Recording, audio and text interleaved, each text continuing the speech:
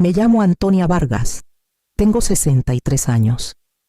He pasado la mayor parte de mi vida detrás del mostrador de una panadería, pesando harina y fingiendo que no me importa el silencio que llega cuando la familia deja de llamar. Ese sábado, la ciudad de Oaxaca parecía medio dormida bajo una llovizna suave. Fui al mercado en la plaza de Santo Domingo, diciéndome que necesitaba manzanas frescas, aunque en realidad solo quería volver a escuchar el bullicio de la gente. El aire olía a café, lluvia y cacahuates tostados. Observé a los vendedores colocando sus sombrillas de colores, parejas con vasos de papel llenos de atole, músicos afinando sus guitarras cerca de la fuente. Vida cotidiana. Entonces la vi. Una niña pequeña estaba sentada al borde de la fuente, con los pies descalzos recogidos bajo su cuerpo, abrazando una muñeca de trapo con un solo ojo. Su cabello caía en mechones enredados, húmedos por la brisa. No pedía limosna como los demás cerca de ahí. Solo miraba el agua, como si esperara que le hablara. Algo en su quietud me atrajo. Compré un pan dulce en un puesto cercano y me agaché a su lado. «Toma, pequeña», dije, ofreciéndole la bolsa. Ella levantó la cara. Sus ojos eran oscuros, demasiado grandes para sus mejillas delgadas, y justo debajo del derecho había un pequeño lunar café, tan familiar que me cortó el aliento. Mi hijo tenía uno idéntico.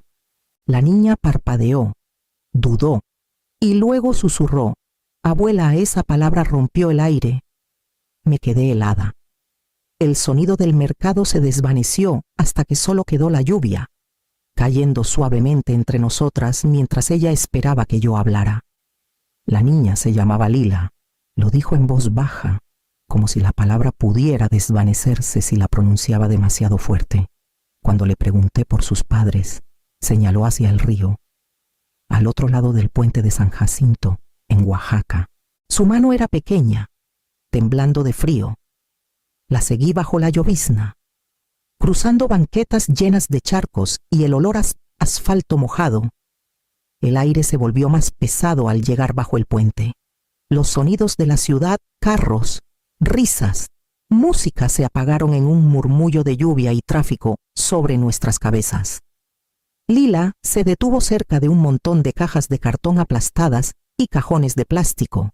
Ahí, agachado junto a un carrito de supermercado, un hombre clasificaba botellas en un costal. Su chamarra estaba rota, el cabello sucio, los hombros flacos bajo la tela. Se giró al escuchar nuestros pasos. Por un instante no lo reconocí. Luego algo en la línea de su mandíbula, la forma de su boca, atrapó la luz. Mi respiración se detuvo. Gabriel, mi hijo. Se quedó inmóvil, los ojos abiertos, la incredulidad cruzando su rostro antes de que la vergüenza la enterrara. Sus manos se detuvieron sobre las botellas. «Mamá», murmuró, apenas audible, «no deberías estar aquí». Di un paso adelante. El suelo resbalóso bajo mis zapatos. «Estás vivo», dije. Aunque las palabras sonaron extrañas en mi boca, su mirada cayó al suelo. La lluvia comenzó a caer más fuerte, goteando por las grietas sobre nosotros. Lila se acercó a su lado, apretando la muñeca. «Lo siento», susurró él. «No es lo que parece. Quise hablar, preguntar todo de una vez por qué, cómo, dónde estaba ella, pero no salió nada. Solo sentí los años de silencio entre nosotros. Pesados como el puente mismo, me hinqué en el lodo, lo bastante cerca para ver sus manos temblorosas. «Vengan a casa», dije, «los dos». Él levantó la vista, la lluvia rayando la mugre en su rostro. Abrió la boca, pero no salió sonido.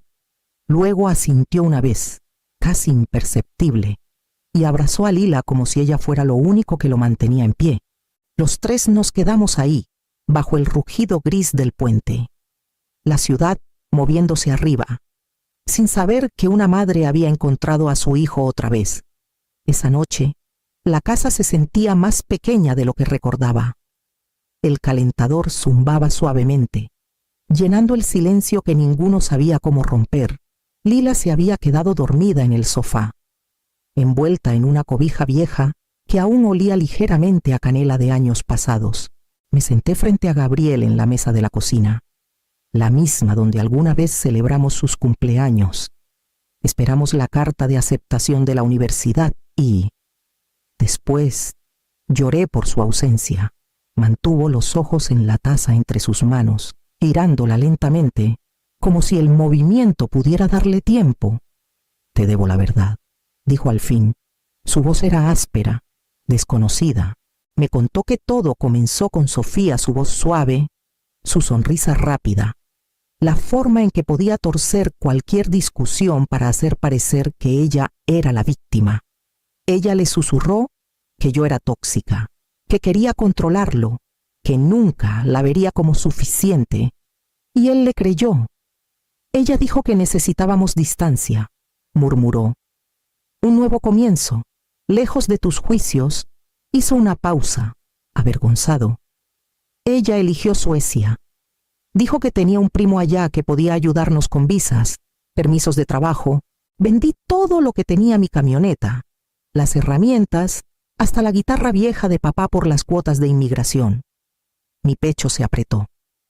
Todavía recordaba el último mensaje que me envió corto, frío, final. Nos vamos a Suecia. No llames otra vez. Lo leí una y otra vez hasta que las palabras perdieron forma, hasta que me convencí de que se había ido para siempre. Gabriel se frotó las manos sobre el rostro. Una semana después, ella desapareció. Se llevó el dinero, los documentos, incluso el pasaporte de Lila. Llamé a todos los números que tenía. Nada. Fui a la policía, pero lo llamaron un asunto civil y dijeron que no tenía pruebas suficientes para seguir. Me miró entonces, los ojos rojos y húmedos. Quise volver a casa. Mamá, pero no pude. Me dio vergüenza. No sabía cómo enfrentarte después de lo que dije. Extendí la mano sobre la mesa y la puse sobre la suya.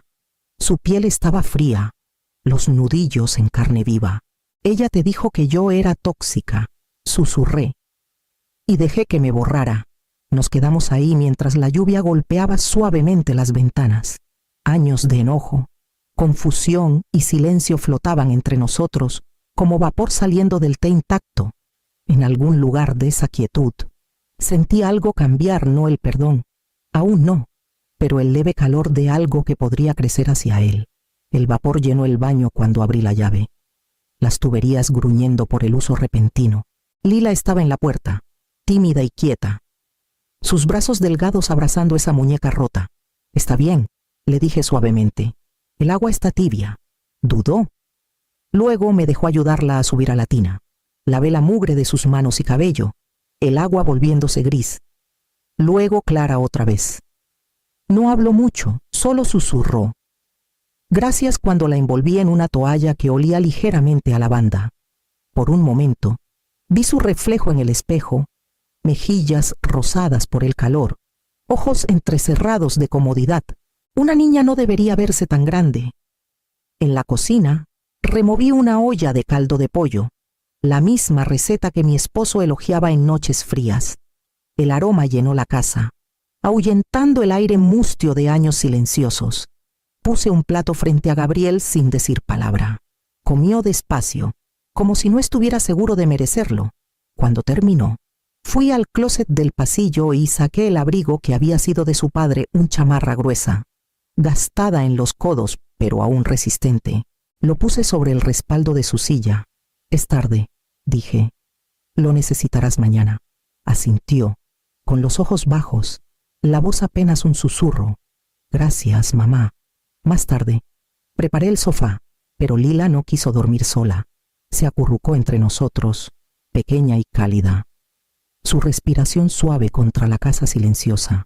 La lluvia se suavizó afuera, golpeando ligeramente las ventanas, por primera vez en 3 años.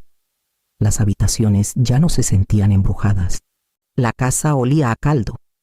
Jabón y pan, cosas comunes, tal vez, pero esa noche se sentían sagradas. A la mañana siguiente, desperté con el suave sonido de la lluvia deslizándose por las ventanas y el leve crujido de pasos en el pasillo. Gabriel ya estaba despierto, moviéndose en silencio por la cocina, apartando los platos vacíos de caldo de la noche anterior. El aroma del café recién hecho flotaba en el aire, una paz pequeña, sin palabras. Esa semana, abrí las puertas de Dulces de Vargas por primera vez en 3 años. El polvo flotaba en la luz gris de la mañana, asentándose sobre las vitrinas viejas y los estantes de madera. El letrero sobre la puerta aún llevaba la obra de mi esposo. Aunque la pintura empezaba a descascararse, toqué las letras desvaídas con el dedo, recordando las risas que solían llenar este lugar. Gabriel llegó con Lila de la mano, las mangas arremangadas, la determinación escrita en su rostro cansado. «Hagamos que brille otra vez», dijo. Le di un trapo, y comenzamos desde extremos opuestos del mostrador. El ritmo de limpiar se convirtió en una especie de lenguaje entre nosotros, silencioso, constante, perdonador. Por la tarde, el aroma a azúcar y mantequilla llenó la panadería otra vez. Horneé mi primer lote de conchas de canela, mientras Gabriel lijaba los bordes del mostrador y conectaba una laptop vieja que había guardado. «Deberías vender en línea», dijo, sus ojos brillando por primera vez en años. «La gente nos encontrará». Cuando salimos, la lluvia había parado. El aire olía limpio, dulce, vivo. Lila se agachó en la banqueta mojada, dibujando corazones torcidos y figuras sonrientes con gis. «Esta eres tú, abuela», dijo, señalando una figura con delantal grande y chongo desordenado. Para el fin de la semana, los vecinos comenzaron a regresar: la señora Morales de la calle, la joven maestra de la librería, un par de turistas que recordaban el letrero viejo. Las risas volvieron, más suaves ahora, pero reales. Una tarde, al cerrar, Gabriel se recargó en el marco de la puerta y dijo: «Se siente casi normal, ¿verdad?». Asentí, las manos aún espolvoreadas de harina. La calle afuera brillaba por la lluvia, las luces reflejándose en los charcos. Por primera vez en años, me permití creer que tal vez estábamos a salvo hasta que un cliente, casi de paso, mencionó que habían visto a una mujer llamada Sofía Lund de regreso en Oaxaca. La lluvia de la tarde se había vuelto constante, rayando las ventanas de la panadería como vidrio derretido. Estaba empacando una charola de pay de limón cuando el sonido de llantas en el pavimento mojado me hizo mirar hacia la calle. Un carro rojo nuevo, brillante, fuera de lugar entre la fila tranquila de tienditas, se estacionó frente a Dulces de Vargas. La puerta se abrió y ella salió. Sofía. Su cabello era perfecto, ondas castañas cayendo sobre los hombros de un abrigo rojo de lana. Llevaba tacones que sonaban secos contra la banqueta. Un sonido demasiado confiado para alguien que se había desvanecido en mentiras. La campana sobre la puerta de la panadería tintineó suavemente cuando entró, trayendo el leve aroma de un perfume caro que se sintió como una invasión. Gabriel se quedó helado en la caja. Sus manos temblaron ligeramente, manchando un recibo. Lila estaba en la trastienda, dibujando en una servilleta, tarareando para sí misma. Los ojos de Sofía pasaron de mí, buscando. «Vine a ver a mi hija», dijo, su tono dulce como jarabe, ensayado, «y a hablar de lo que es mío».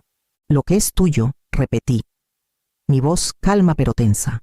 Ella miró alrededor, sonriendo ligeramente a la vitrina. «La mitad de esto, técnicamente, propiedad compartida. ¿Recuerdas? Y me gustaría llevarme a Lila unos días. Se merece a su madre». La respiración de Gabriel se cortó. «La abandonaste», dijo en voz baja. Sofía ladeó la cabeza, fingiendo inocencia. «¿De verdad quieres hablar de crianza? Gabriel, la criaste bajo un puente». Las palabras lo golpearon como una bofetada. Pero antes de que pudiera hablar, di un paso adelante, colocándome entre ellos. El aire olía a azúcar y lluvia, denso y quieto.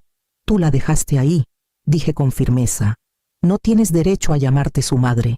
Por un momento, algo brilló en los ojos de Sofía, enojo. Tal vez miedo, pero desapareció tras otra sonrisa. Ajustó su abrigo, Su compostura precisa como cristal. Estaré en contacto, dijo suavemente. Escucharán de mi abogado. Luego se dio la vuelta y caminó bajo la lluvia. El abrigo rojo brillante contra el gris. La puerta del carro se cerró. Las llantas chirriaron y se fue. Gabriel se hundió en una silla, las manos sobre el rostro. Me quedé junto a la ventana, viendo las luces traseras desvanecerse en la llovizna. Parecían casi brasas perdiéndose en la niebla, pero yo sabía mejor. Las brasas no mueren en silencio. Empezó con una reseña a una estrella, escrita por alguien que nunca había oído. Compré pastelitos para el cumpleaños de mi hijo. Todos se enfermaron. Para la mañana siguiente, había 5 más.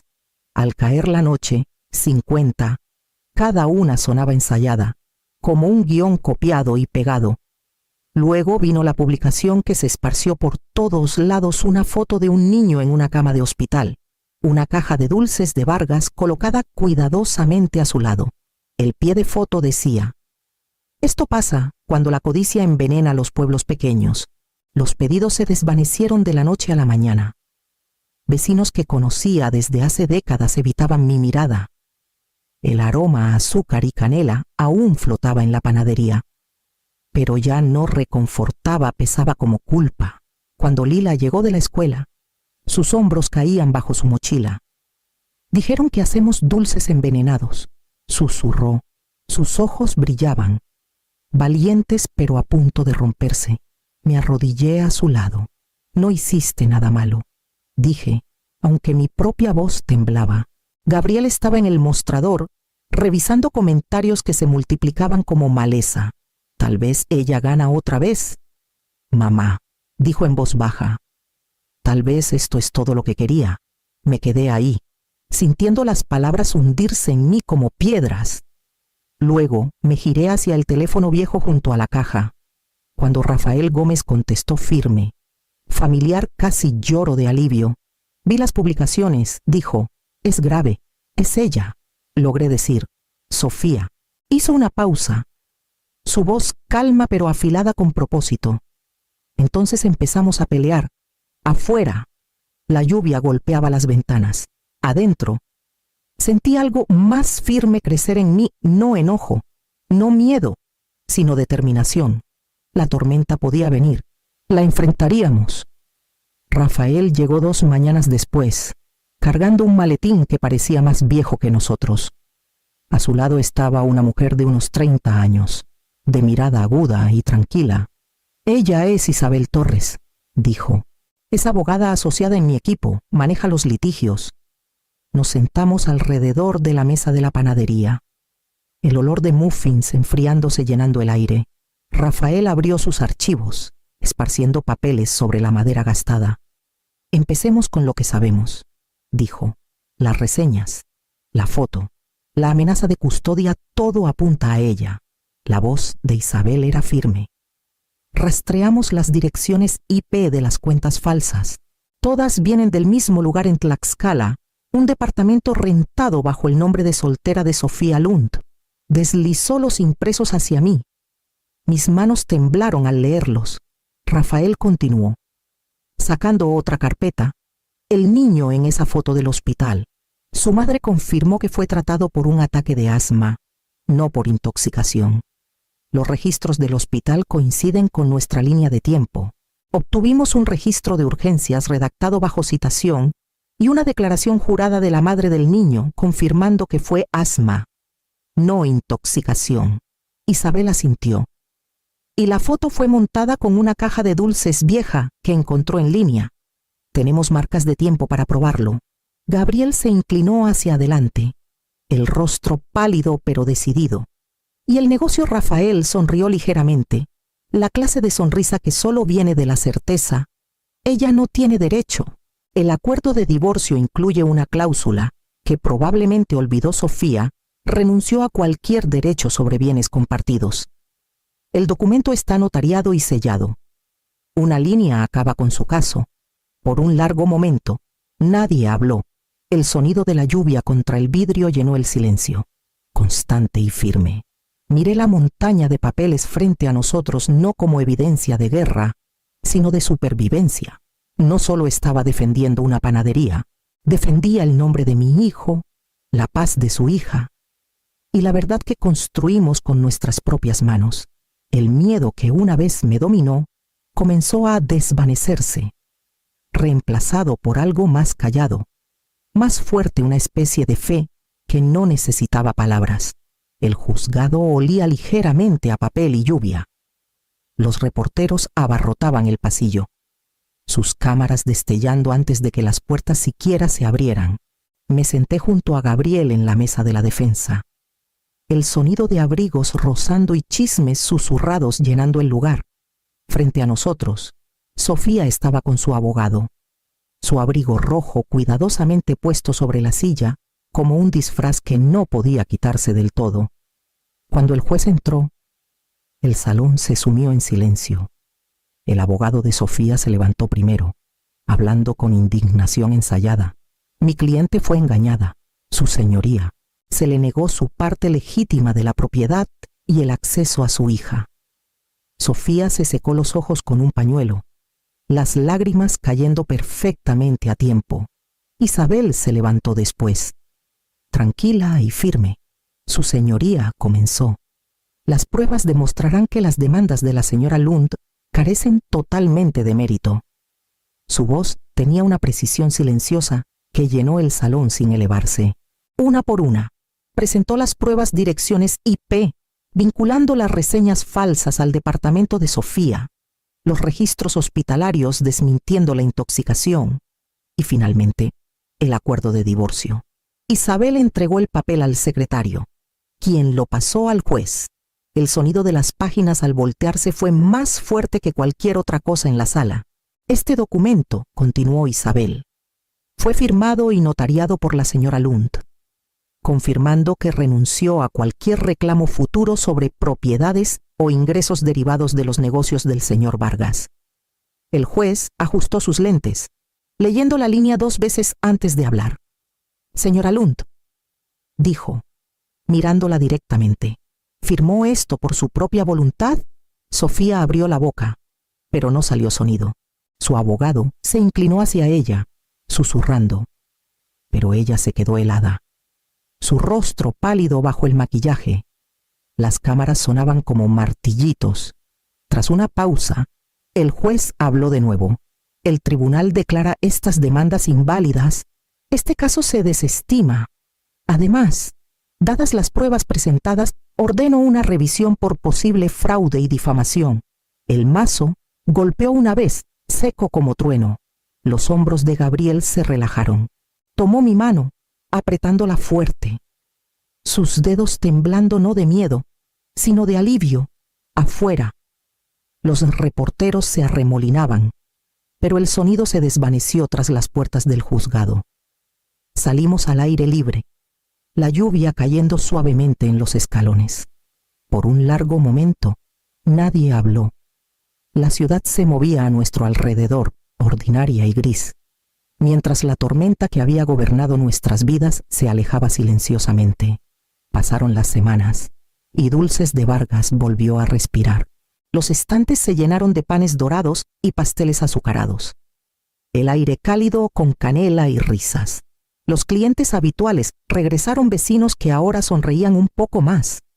Preguntaban por Lila. Dejaban propinas dobladas junto a notas de agradecimiento. Gabriel trabajaba detrás del mostrador, con las mangas arremangadas, sellando cajas para entregas. Se movía con propósito tranquilo, la pesadez desaparecida de su rostro. Lila se sentaba cerca de la ventana con un libro en las piernas. Su voz suave mientras leía en voz alta, cada palabra brillante con nueva confianza. Cuando el último cliente se fue, limpié los mostradores. El olor a pan fresco flotando en el aire. Afuera, el río brillaba bajo un cielo pálido. La tarde caía suavemente sobre Oaxaca. Salí al porche y encendí la vieja lámpara que colgaba ahí desde que mi esposo construyó esta panadería.